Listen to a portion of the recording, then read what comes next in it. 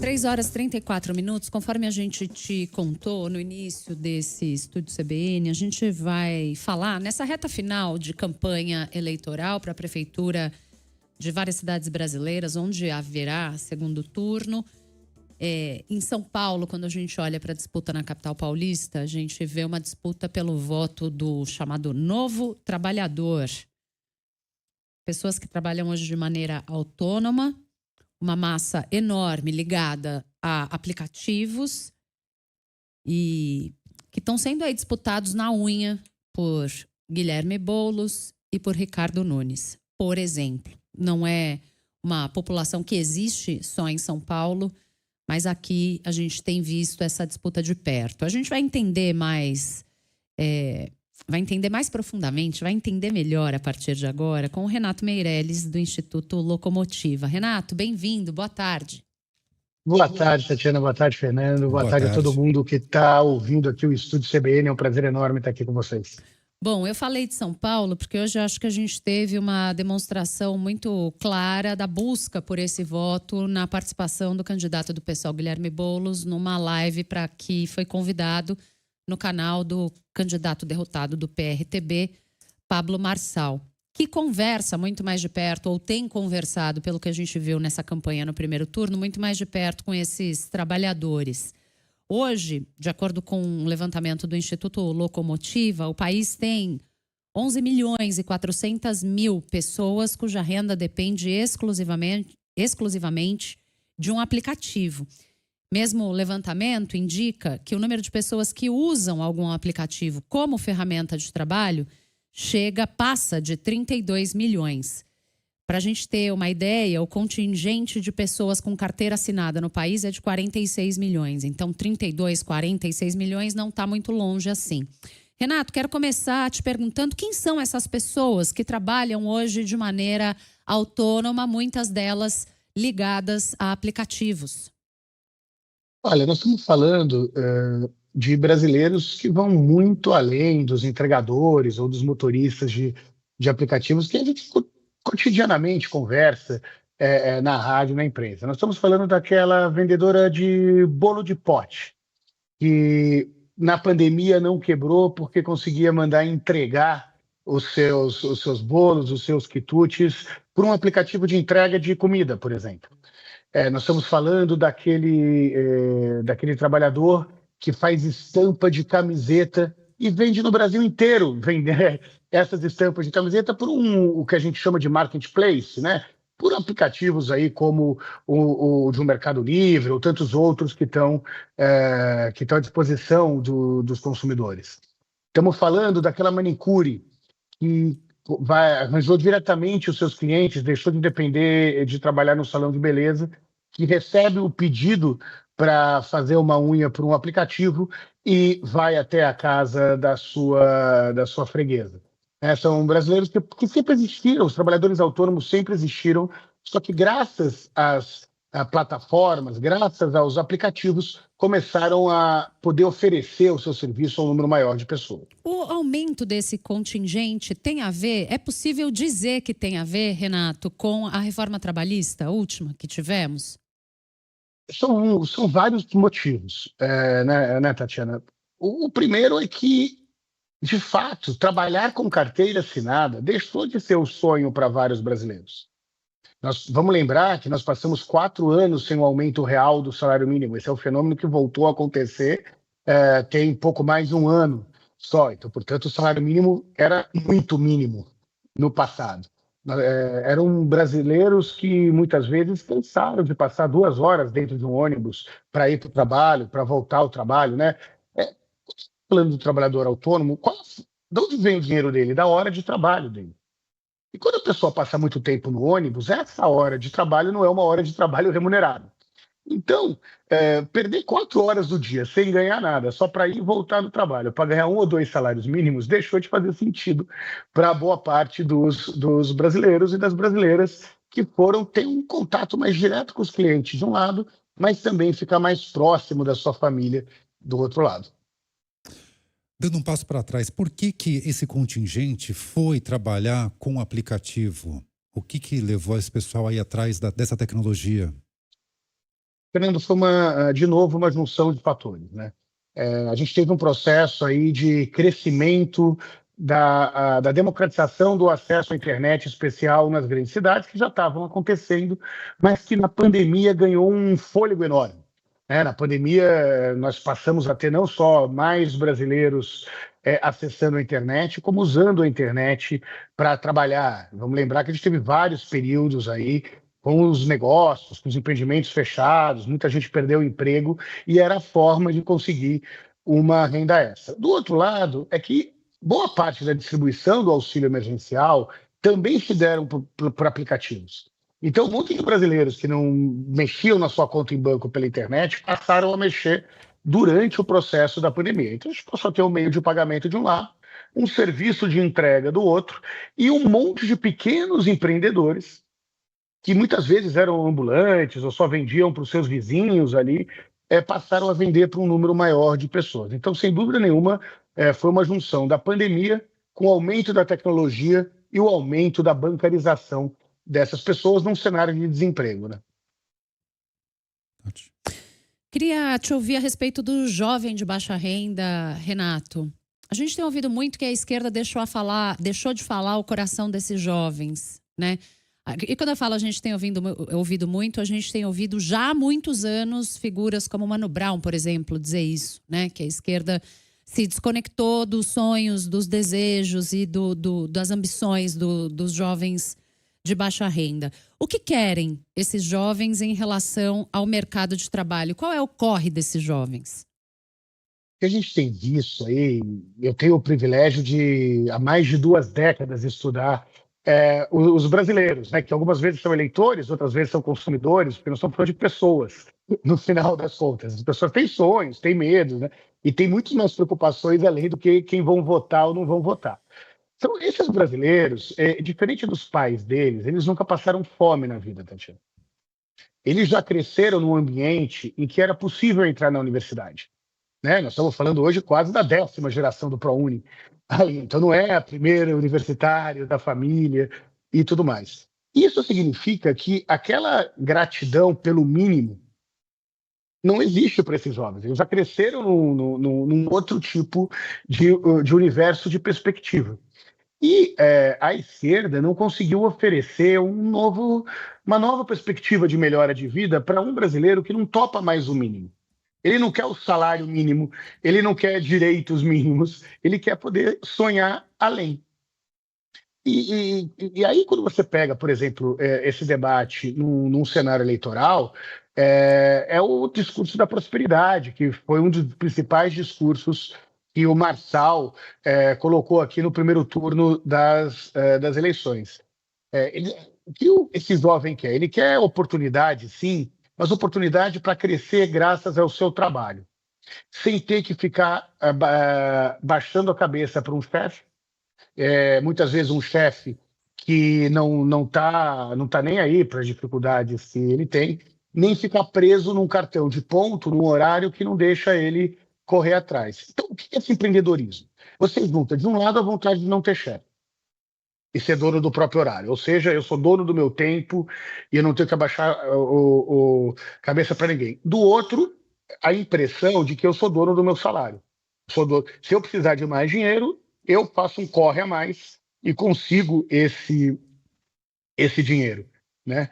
Então, é um pouco essa perspectiva que esse jovem tem na cabeça e que a esquerda, que vem de um movimento mais sindical, naquela época em que as pessoas queriam entrar numa empresa para trabalhar quando eram jovens, se aposentar na mesma empresa, isso não existe mais no universo de perspectivas e de esperanças dos jovens.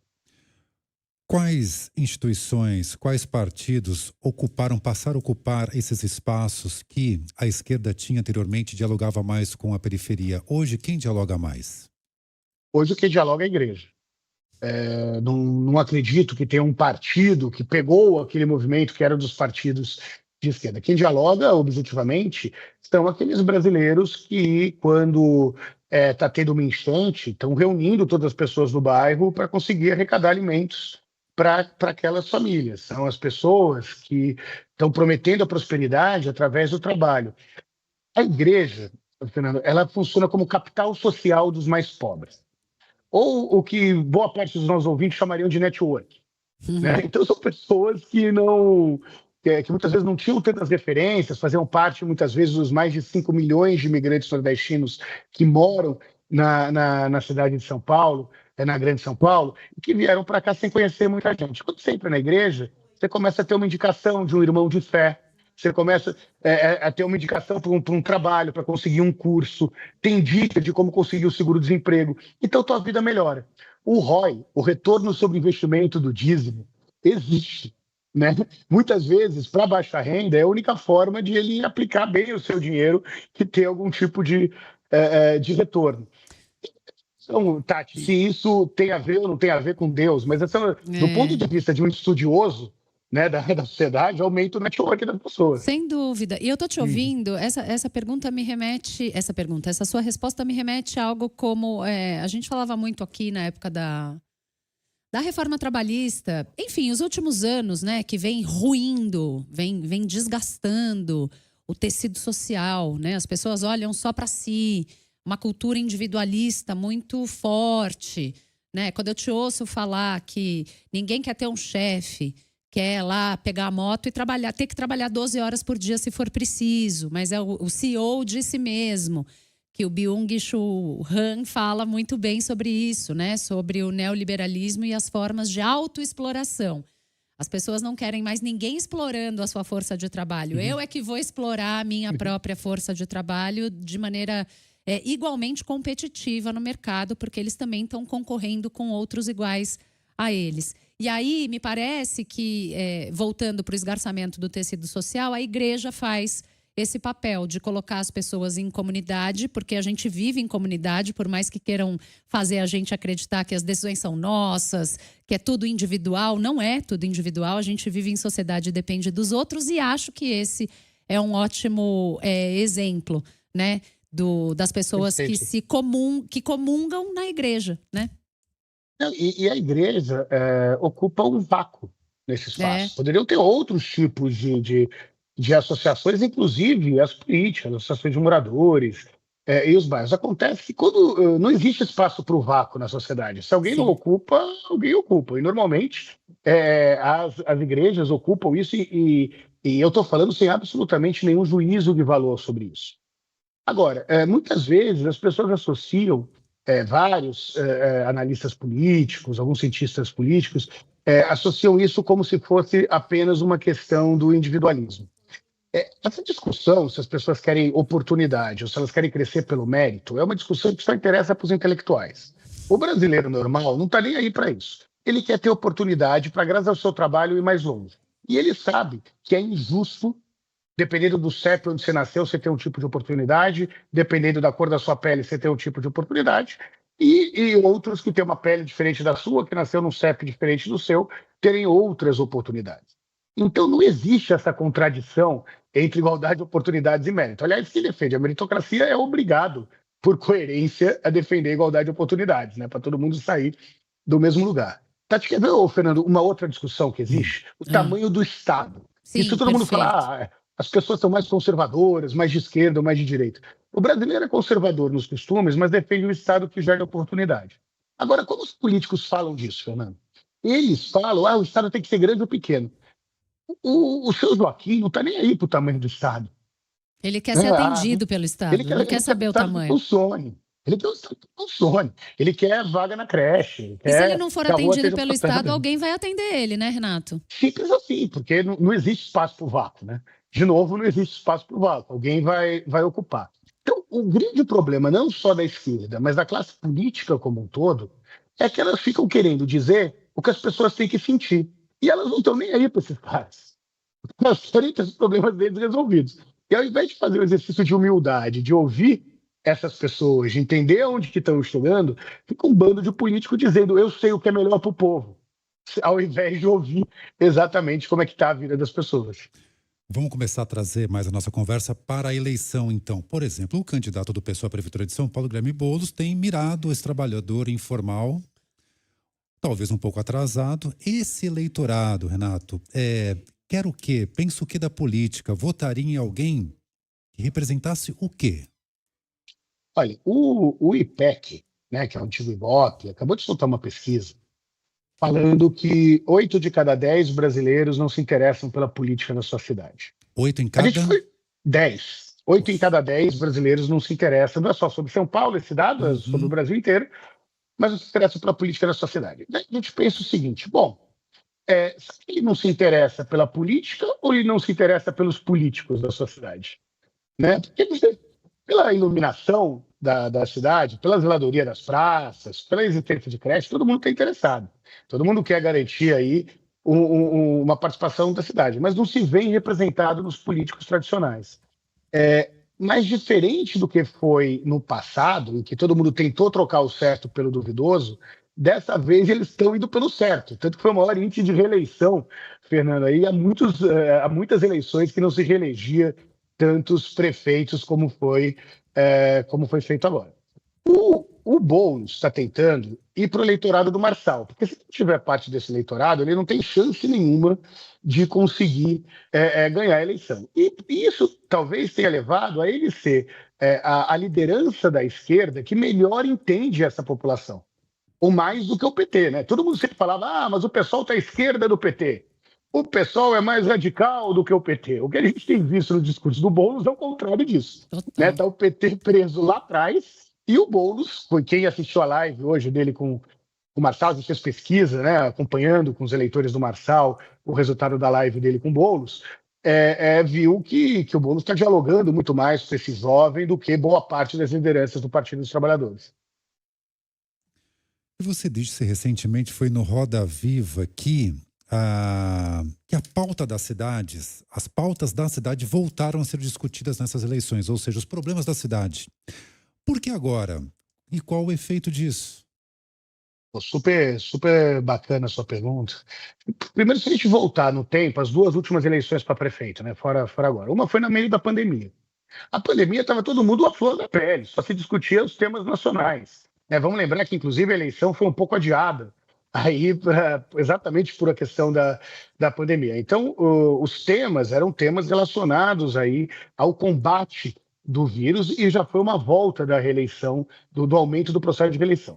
Na eleição anterior foi o auge aí depois das jornadas de 2013, né? Então a gente teve, acho que foi um crescimento grande na eleição de 2016, que foi o menor índice de reeleição da história. Era todo mundo contra o sistema. A questão é que as pessoas votaram contra o sistema e foram se arrependendo disso e falavam, os profissionais, pelo amor de Deus, eu não gosto do sistema, traz os profissionais que pelo menos eles ficam discutindo alguma coisa que tem a ver com a vida. Quem ganhou essa eleição, Fernando? Os prefeitos. E aí, quando a gente vê, todo mundo fala, a esquerda perdeu a eleição. A direita arrasou. Então, eu poderia dizer que então, que tinha a direita dos incumbentes, né, que eram candidatos que eram candidatos à reeleição, Porto Alegre, o próprio Ricardo Nunes aqui em São Paulo e tudo mais, que rachou. Então, quando não tinha candidato à reeleição da direita, ela rachou. Quando tinha um debate mais radical aí.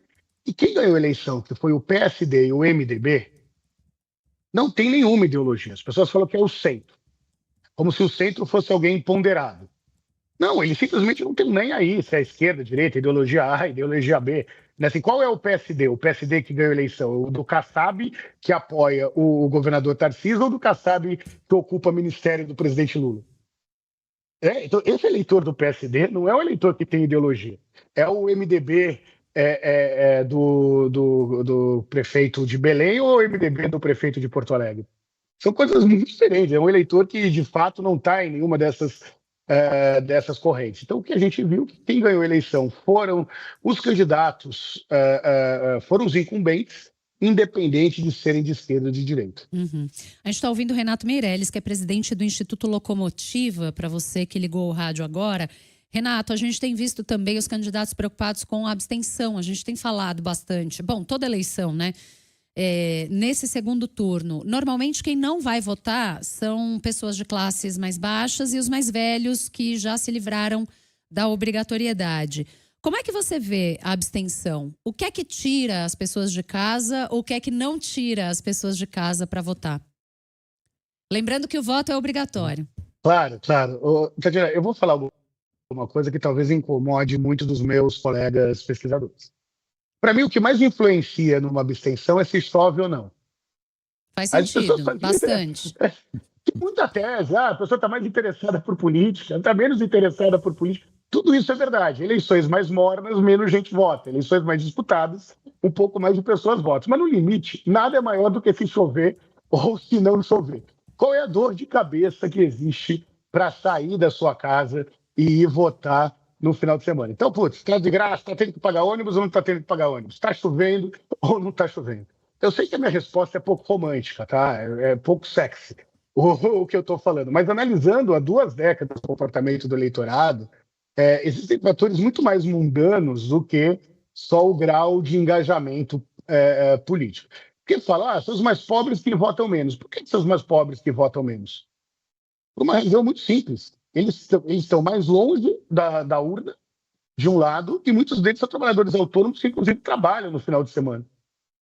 Muitas vezes não tem com quem deixar, não tem carro para deixar os. Como é que vai? Você vai com 5 pessoas dos seus filhos para sair para votar dentro do ônibus? Então, isso não tem só a ver com interesse, né, na política. Acho que esse luxo é um luxo da classe média, não é um luxo da periferia. Né? Poder votar ou não votar, vou viajar no final de semana ou não vou viajar no final de semana. Isso é longe da realidade da periferia das grandes cidades. Desculpem minha falta de romantismo aí. Mas... Renato, bom, você disse que sim, as pautas da cidade voltaram a ser discutidas, mas também nós vimos um discurso muito antissistema. Haja vista São Paulo. Por quê? Uhum. Olha, porque não era o candidato incumbente, Fernando. Tá. Então, quando eu falo que rachou, você tem um prefeito de direita, um prefeito apoiado pelo PL. É o caso do Nunes aqui em São Paulo, mesmo. Que é um prefeito que acredita que tem muita coisa para mostrar da sua gestão. Tá? E só para o ouvinte ter clareza, eu não estou fazendo nenhum juízo de valor, se tem, se não tem, se a gestão foi boa ou ruim, não é isso. Mas qualquer prefeito, ele prefere, ao invés de falar se existe ou não ideologia de gênero, falar da obra que ele entregou, do corredor de ônibus que ele fez, ou deixou de fazer, de uma reforma. Por que um prefeito, candidato à reeleição, vai ficar falando de tema mais ideológico? Não faz sentido nenhum. E ele também não pode ser de sistema, porque o sistema é ele. Né? Então, esse contorcionismo retórico de ser presidente e ser contra o sistema, que o Bolsonaro tentou fazer, não é um negócio muito tranquilo de fazer numa eleição para prefeito. Nesses locais, existiu um espaço para aquele eleitor mais ideológico e radicalizado, que foi o eleitor do Marçal aqui, construísse essa sua narrativa que era contra o que ele chamou de consórcio comunista. Né? Os candidatos do consórcio comunista era todo mundo, menos ele. Em locais em que o candidato da direita, então vou no Rio de Janeiro, por exemplo, não era o incumbente, o Ramagem, ele também fez um discurso mais ideológico. Em Belo Horizonte, que não era o incumbente, ele fez um discurso mais ideológico. Em Fortaleza, a mesma coisa. Nos outros locais em que ele era o candidato à reeleição, o discurso foi bem menos ideológico. Agora, o que a eleição deixou claro? Que, por mais que o Lula e o Bolsonaro, obviamente, sejam as maiores lideranças do Brasil, eles estão longe de ser dono do eleitor, eles são donos de parcela dos eleitores dele, né? E não da total dos eleitores deles. E acho que isso mostra que essa radicalização e que essa a polarização ou calcificação, que é um termo que alguns colegas utilizam, não é tão grande quanto se imaginava. Você disse anteriormente que 8 em cada 10 estavam ali, não estavam acreditando muito na política, certo? 8 de cada 10 não queriam participar da política da cidade. Perfeito. 8 em cada 10 não queriam participar da política da cidade. O que falar para esses 8 que não acreditam na política? E qual o problema disso? Primeiro, de que eles serão governados por quem acredita. Né? Então, essa é a primeira questão. E é uma máxima que não envelhece, né, Renato? Nunca, é impressionante. Nunca. É impressionante. Continua sendo assim. Né? Então, as pessoas que não participam são governadas por quem participa. Mas o principal é a consequência que isso pode ter. A polarização do Brasil tem 15% mais ou menos de cada lado. O problema é que eles gritam muito. E a pessoa que não está querendo ouvir tanto acaba se distanciando da política por causa desses extremos que ficam berrando. Então, para essas pessoas, elas precisam mostrar que são maioria. Agora, sabe qual que é o detalhe muito bacana nas pesquisas do Locomotiva que a gente tem percebido? Quem é menos polarizado são as mulheres. Quem mais quer o diálogo são as mulheres. Quem é contra o extremismo são as mulheres. Ai, a gente Até tem que fazer por- tudo, sabe, Renato? Francamente. Não, e você sabe que tem a ver com isso mesmo, né, Tatiana? Eu sei. Porque as mulheres unem a família. Quem leva as pessoas para um posto de saúde são as mulheres, que arrastam até o marido para um posto de saúde. O homem não quer ir para o médico, morre de medo do médico. Aliás, o homem, quando fica doente, é um drama, né? É um negócio impressionante. Parece que vamos qualquer gripe, parece que o homem vai morrer. Quem leva o homem para o médico é a mulher. Quem vai levar o filho na escola é a mulher. Então, é ela que está interessada pela política real e não pela política partidária.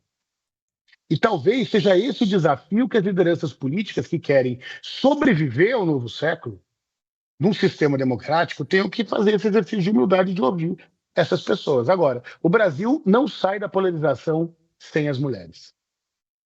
Renato Meirelles, presidente do Instituto Locomotiva, conversando conosco hoje nessa antevéspera de segundo turno em tantas cidades do país. Renato, obrigada por estar conosco hoje aqui. Venha sempre ao Estúdio CBN. É um prazer enorme estar aqui com vocês. Tati, Fernando, contem sempre com a gente. Um beijo enorme para quem está nos ouvindo na CBN. Valeu. Obrigado.